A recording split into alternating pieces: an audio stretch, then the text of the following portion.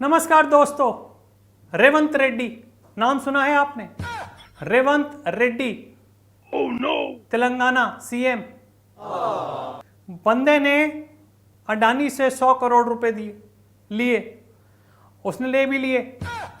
बाद में मतलब यूनिवर्सिटी बनानी थी उसके लिए। बाद में जब मैंने उसके स्क्रू टाइट किए, मैंने कहा छोटी मोटी रकम तुम इधर उधर से लोगे, अडानी से। अडानी और अंबानी दोनों तो हमारे अगेंस्ट, हम उनके अगेंस्ट हैं और तुम उन्हीं से पैसे ले रहे हो। जब मैंने उसे हाथ दिखाया ना, तब भैया जाकर के उसने उसके पैसे वापस किए, वरना एक और लफड़ा हो जाता। मैं कह रहा हूं ये छोटे मोटे पैसे तो मेरे घर आकर के ले जाओ ना, इतनी छोटी सी रकम। तहखाने भरे हुए हैं, अशरफियां रखी हुई हैं, सिल्लियां पड़ी हुई हैं, एक सिल्ली ले जाओ यार, हो जाएगा काम। हीरे जवाहरात सब हैं, आइए तो सही। लेके जाइए तो सही। क्या रेड्डी साहब, आप भी हर चीज के लिए रेडी हो जाते हैं? ऐसा नहीं है। अगर रेडी होना ही है तो लड़ाई के लिए, झगड़े के लिए, कंट्रोवर्सी के लिए, इन सब चीजों के लिए रेडी रहा कीजिए। आप पैसे ले लेते, देते नहीं और मजा आता। जब मांग ही लिए हैं, उसने दे ही दिए, फिर वापस कर दिए। क्या जरूरत क्या थी आपको मांगने की? हमने 60 साल लूटा है, कूटा है, खूब पैसा कूटा है और खूब बनाया है। कोई दिक्कत नहीं है। कोई और होता ना तो 6 साल के अंदर ही बैग पैक होकर कर वापस इटली। लेकिन हम हैं, और जब हम हैं तो फिर क्या गम है?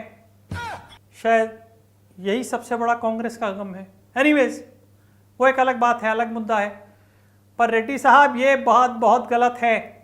किसी ने मुझे बोला कि तेलंगाना में कोई तेल लगवाना शुरू कर चुका है। मैंने कौन है? बोलते आप देख लो खुद ही। तब आपका नाम सामने आया। भाई साहब, आपका तेलंगाना से मुझे कोई दिक्कत नहीं है, पर आपके तेलंगाना में पैसे लेने की वजह से मेरा झारखंड हिल रहा है। क्यों? नहीं, अब ये सब चीज़ें नहीं चलेंगी। अगर आपको कोई भी चीज़ लेनी है, कहीं से भी कुछ भी लेना है, तो उससे पहले मेरी और मम्मी की परमिशन लेनी होगी।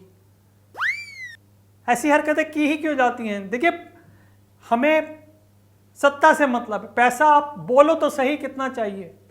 अगर मैं पैसे की सुनामी ना ला दूं आपकी तरफ तो भैया बात रही। एक बार बोलो तो सही मुंह से, या जहां से भी आप बोल सकते हो। एक बार बोल के देखते और आपके डोर स्टेप पे वो अमाउंट नहीं होता तो बात रही, उससे 1 रुपया प्लस होता। क्या इन बचपनी हरकतों से क्या क्या क्या उखाड़ लेंगे? वो यूनिवर्सिटी अगर उसकी बन जाती तो वो अपनी टांग अड़ाता रहता। हमारे लिए क्या होता? हम कहां से कमाते?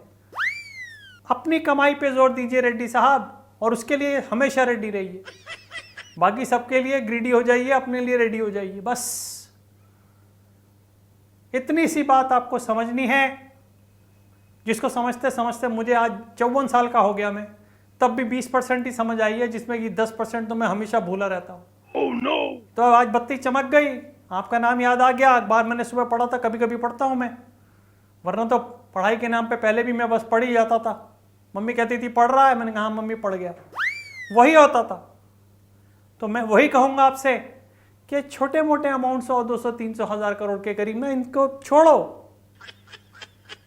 अपना खेलते हैं ना पैसे की कमी है, ना लोगों की कमी है। और यहाँ पे तो मुझे पता है ना, मेरे दादाजी वगैरह, इन सब लोगों ने, नाना वगैरह ने कैसे बनाया है पूरे देश को। तो इनको बना के हम अपना बनाते हैं, और इनके बनने के बाद सब कुछ अपना ही अपना है। समझिए बात को,